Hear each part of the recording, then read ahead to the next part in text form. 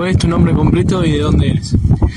Me llamo María Verónica Castelli, nací en Merlo, provincia de Buenos Aires, zona oeste, y viví ahí hasta los 20 años. Desde ese momento vivo en Capital, en Ciudad de Buenos Aires. ¿A qué edad, cómo te enteraste que tenías una hermana desaparecida? Bueno, en realidad hay algo como raro, que es que cuando secuestran a mi mamá, ella estaba embarazada de 6 meses y medio, por lo cual intuyo que yo sabía que estaba por tener un hermanito, porque ya era un embarazo notorio, con panza. Pero yo presencié el secuestro de mi papá y supongo que por lo traumático de la situación anulé la parte del embarazo, y tendría alrededor de 10 años cuando supe que mi mamá estaba embarazada al momento de su secuestro, entonces que tenía que buscar un hermano o hermana. En ese momento yo vivía con el hermano de mi papá, que él era policía. Cuando fue el secuestro de mis padres era subcomisario y llegó a ser comisario inspector de la Policía Federal, así que él no estaba de acuerdo con que dejemos nuestras muestras de ADN para poder encontrar de esa forma a mi hermana nacida en cautiverio. Yo en ese momento era muy chica, y cuando cumplí los 19 años fue que tomé la decisión que necesitaba encontrar a mi hermana, y bueno, por eso dejé de vivir en Merlo y me fui a vivir a Capital, porque me tuve que ir de mi casa de crianza para poder buscarla. ¿Cómo fue tu proceso de búsqueda y reencuentro?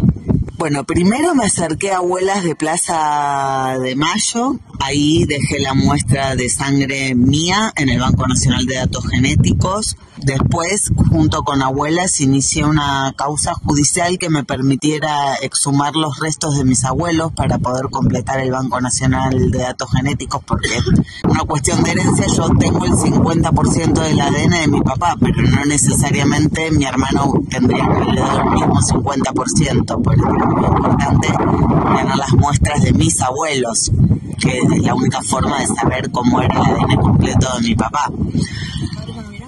Mis padres fueron secuestrados por la última dictadura militar y siguen desaparecidos hasta el día de hoy. No, yo nunca más supe de ellos a partir del secuestro. Bueno, y después empecé a formar parte de la agrupación Hijos por la Identidad y la Justicia contra el Olvido y el Silencio. Nosotros también armamos una comisión de hermanos, donde así como las abuelas buscan a sus nietos, que son nuestros hermanos, nosotros impulsamos la búsqueda de nuestros hermanos. Entre todas las cosas que hicimos con el fin de poder encontrarlos, habíamos abierto una causa judicial, y fue a raíz de esta investigación judicial que pudimos saber que luego del secuestro de mis padres, ellos fueron llevados primero a una comisaría acá en Villa Insuperable, partido de La Matanza. Esa comisaría era un centro clandestino de detención que se lo conocía con el nombre de Sheraton. Ellos estuvieron primero en el Sheraton, después fueron trasladados a Vesubio, y finalmente, cuando se acercó la fecha de parto, mi mamá fue trasladada al Hospital Militar de Campo de Mayo, donde le practicaron una operación cesárea sin que esto fuera necesario, y el bebé, luego lo supimos, fue dada en adopción, la bebé, a través del movimiento familiar cristiano. Entonces el juez la llamó a mi hermana para que ella se realizara un análisis de ADN, y ahí sí fue que la pude encontrar el 25 de julio del año 2008. ¿Cómo recuerdas el reencuentro con tu hermano? Hermoso. Primero, el día que recibí la noticia, yo estaba con mis compañeros de Hijos de todo el país, porque habíamos viajado a la primera sentencia, uno de los jefes del ejército, que había sido la sentencia de Benjamín Menéndez, jefe del tercer cuerpo del ejército, que fue condenado por crímenes de lesa humanidad a prisión perpetua y efectiva. Entonces estaba en Córdoba festejando con mis compañeros de todo el país que habíamos viajado esa sentencia, y ahí recibí el llamado del juez avisándome que había aparecido mi hermana. Después, bueno, eran otros tiempos, o sea, las redes sociales prácticamente no existían, entonces vos tenías tiempo de recibir la noticia, preparar una conferencia de prensa, y más o menos había 10 días entre que todo sucedía. Entonces, bueno, volví de Córdoba, organizamos la conferencia de prensa. Justo pasó, que yo recuerdo es la única vez que pasó algo así. Mi hermana aparece un viernes y el lunes, cuando yo estaba en Abuelas organizando la conferencia de prensa que iba a ser el martes, recibimos otro resultado que era del hermano de un compañero mío, hijos Chaco, que habíamos encontrado otro nieto más. Así que es una conferencia muy, muy linda, porque cuando finalmente se realizó, que fue un día miércoles, la mayoría de los medios titularon con los hermanos como protagonistas, y que yo recuerdo fue la única vez que se hizo una conferencia de prensa para avisar que habían aparecido 2 nietos, no una. Y después de la conferencia, mi hermana me llamó por primera vez, que yo pienso que ella le debe haber dado tranquilidad saber que desde mí no había ninguna intención de exponerla, y que nada, que quería cuidarla y que ella pudiera hacer todo lo que implica la restitución de su identidad con el mayor cuidado posible. Y bueno, después de eso ella me llamó, me dijo que nos encontremos, vino a mi casa con una amiga de ella, yo también estaba con una amiga mía, y fue re lindo. ¿Qué cambios tuvo en tu vida?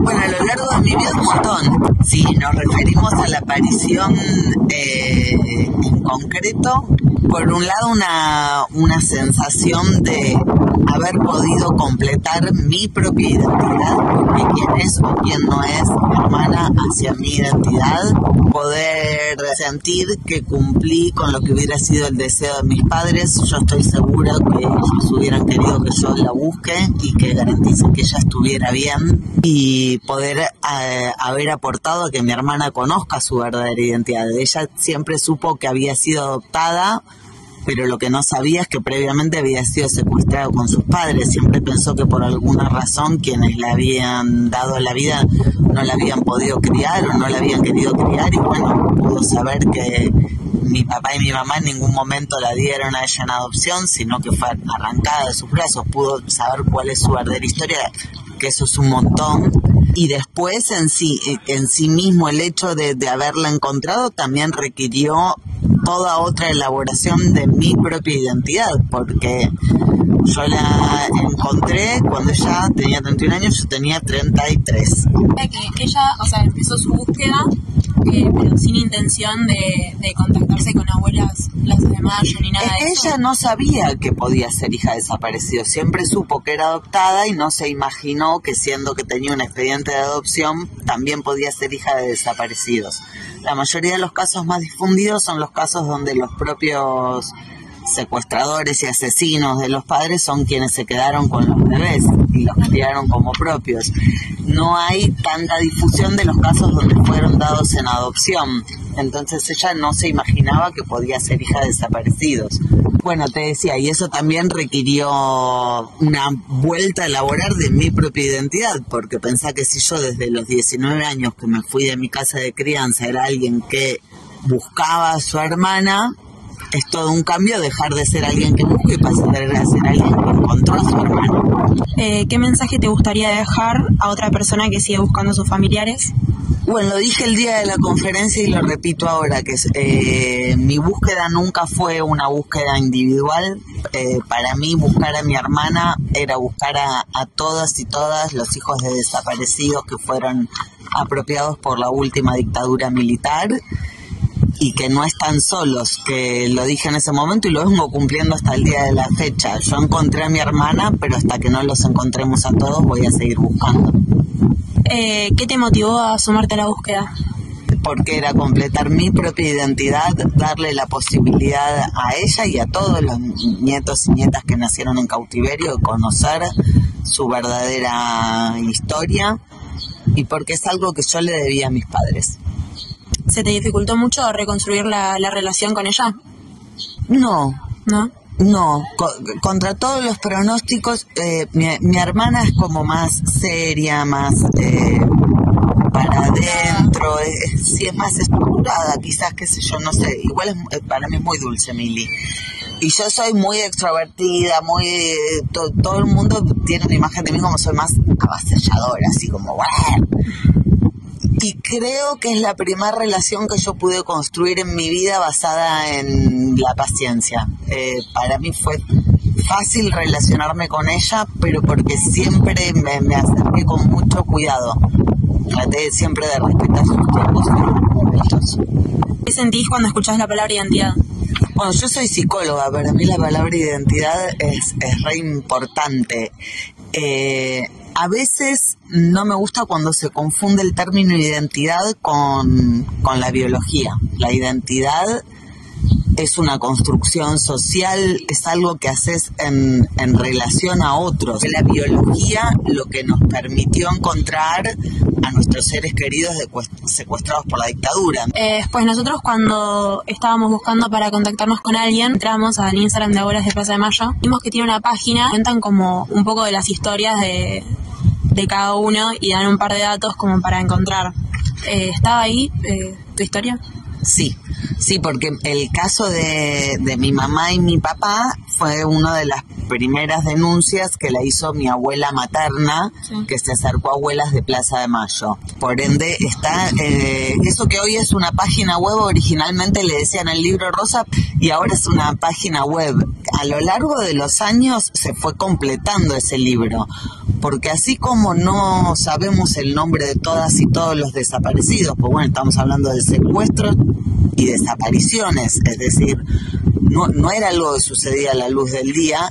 Tampoco está completo la cantidad de casos de nietos y nietas que estamos buscando por los testimonios de los sobrevivientes en base a las embarazadas que fueron vistas adentro de los campos de concentración. Sabemos que son alrededor de 500, pero no tenemos todavía completas las 500 familias. Eso es algo que se sigue completando, por lo cual el libro se fue reeditando con la incorporación de nuevos casos y investigaciones hechas, y hoy la página web lo que facilita es que cada vez que se puede completar un nuevo caso, se sube en el momento. ¿Qué edad tendría tu? Ay, qué difícil, porque no les hago la cuenta. Mi mamá el 14 de julio hubiera cumplido 75, esa es fácil porque es del 50. Y mi papá cumplía el 28 de diciembre, tenía 5 más, pero en este momento tendría 79. No se hubiera dado toda esta situación, capaz se podrían reencontrar, pero... No, eso ya no es posible. A ver, que es parte de la crueldad de lo que hizo la dictadura, ¿no? Los familiares, ¿qué hace la desaparición? Es que hay un momento en el que vos tenés que hacer una operación mental que es imposible, que es decidir que tus seres queridos fueron asesinados, pero siguen hasta el día de hoy sin ningún tipo de arrepentimiento, sin decirnos dónde están los cuerpos, qué día los mataron, qué hicieron con ellos. Eso es parte también de la crueldad. Bueno, listo. Muchas gracias. No hay de qué, chicos.